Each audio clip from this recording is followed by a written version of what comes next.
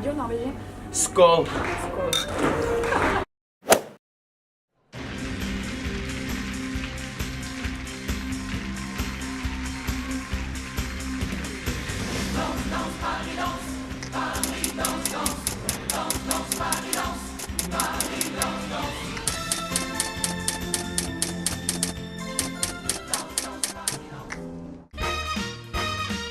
Mon professeur de danse était passionné de cabaret. Il m'a très tôt emmené voir les spectacles des grands cabarets parisiens, et notamment le Moulin Rouge. Et du coup, dès que j'ai eu l'occasion de passer une audition, j'ai pas hésité une seconde.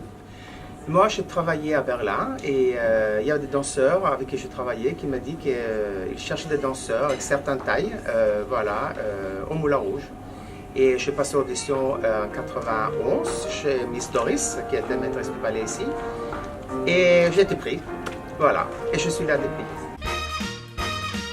Alors moi j'ai commencé la danse un peu tard comparé à la plupart de mes collègues. J'ai fait une école de commerce avant d'intégrer le Moulin Rouge.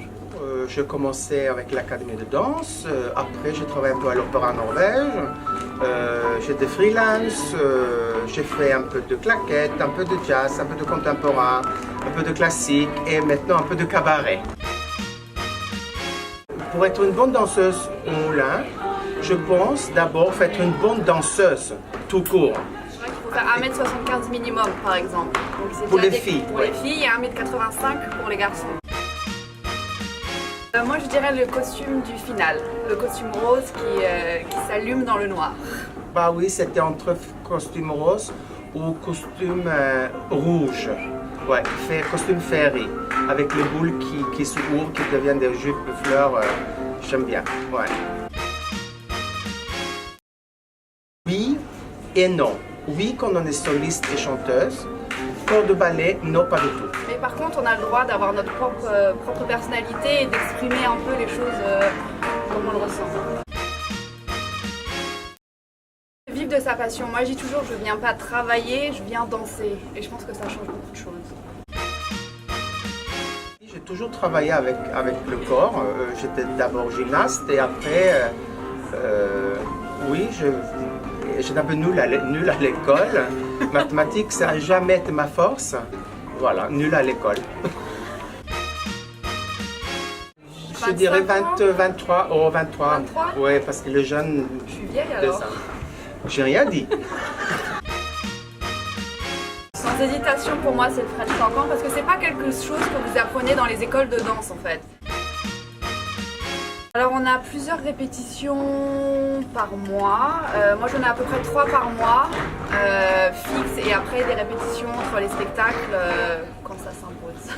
Ouais, quand c'est moi qui les impose. Je dirais avant-gardiste parce que à l'époque la Doris Girl était plutôt féministe et elle se moquait un peu de la noblesse et elle essayait de s'émanciper du mieux qu'elle pouvait en montrant par exemple ses chevilles. Après, moi je dirais charismatique parce qu'il faut quand même une forte personnalité pour être danseuse au Moulin Rouge. C'est pas juste être bonne danseuse, il faut une forte personnalité. Et après, je sais pas, intelligent. On est obligé de choisir. Moi je dirais unique. Moi je dirais architecture. Et la culture. Culture, l'amour, Moulin Rouge. Le Moulin Rouge. Moi j'aime beaucoup le musée du Quai Branly. Et moi, musée d'Orsay. Moi c'est pas vraiment un restaurant, mais il y a un endroit pas très loin d'ici que j'aime beaucoup qui s'appelle le Terrasse Hôtel et qui a une vue imprenable sur tout Paris. Café Marley, qui est un restaurant à Louvre. Sinon, il y a un restaurant à Pigalle qui vient d'ouvrir, Bouillon de Pigalle, qui est génial. Ouais. Chic et pas cher. Culturel. Élégant. Élégant. Luxe. Et inévitable. Ça, c'était 4 mots. Ouais, c'est pas grave. Ça fait 2 chacun. Ça va.